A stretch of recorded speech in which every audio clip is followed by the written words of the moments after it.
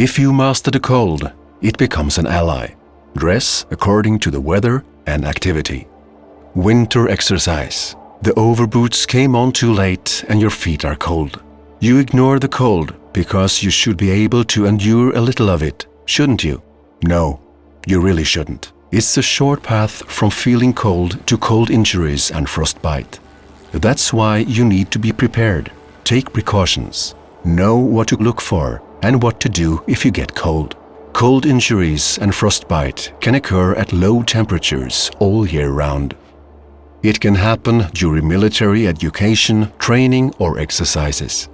Some injuries are superficial, others are severe and may disrupt blood circulation and cause nerve damage, hypersensitivity to cold, and lifelong pain and health problems.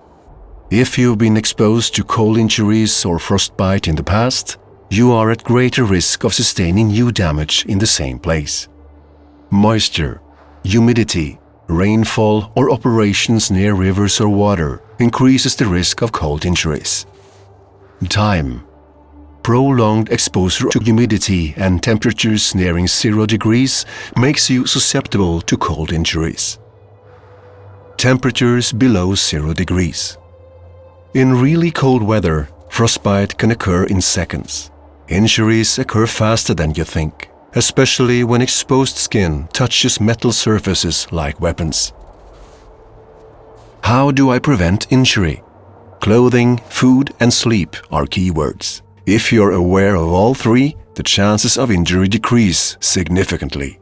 Use mesh underwear as a base layer to create room for air, followed by one or more layers of wool.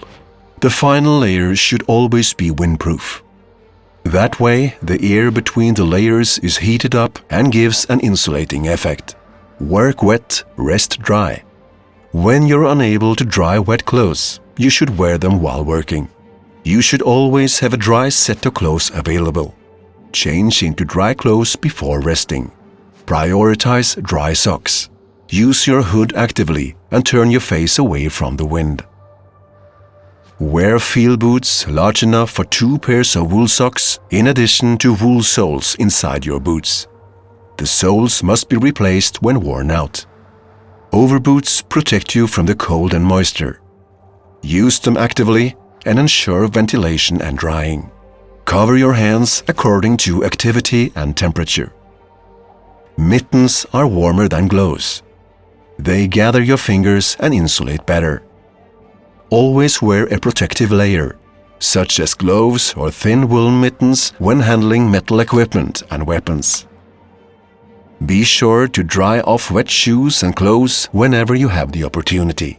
And finally, practice handling as much equipment as possible while wearing mittens. Dehydration. If your body lacks water, you run a much bigger risk of getting cold injuries and frostbite. Partly because the body's ability to regulate temperature is weakened. Signs of dehydration are dark urine and headaches. Check the color of your urine when urinating in the snow. Eat, drink, and rest whenever you can. Eat all the food that you're provided, so you have excess energy to maintain the activity level and generate heat. A lack of sleep makes you lethargic and can lead to ignoring the body's warning signals of cold injury and frostbite.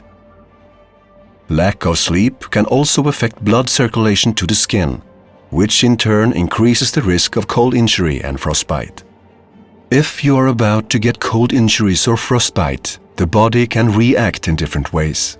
To avoid cold injury and frostbite, you should pay attention to the following signals: white spots and blisters on fingers, toes, face, and ears. Impaired dexterity, pain in hands and feet, red skin, swelling, tingling sensations, and numbness. Cold aches are also a sign that you're about to get frostbite. You can get used to feeling cold, but the cold does the same damage, no matter your level of tolerance.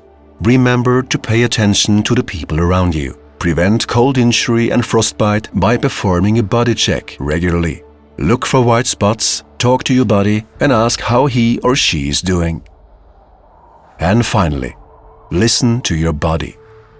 If you're in doubt, there is no doubt. Inform an officer.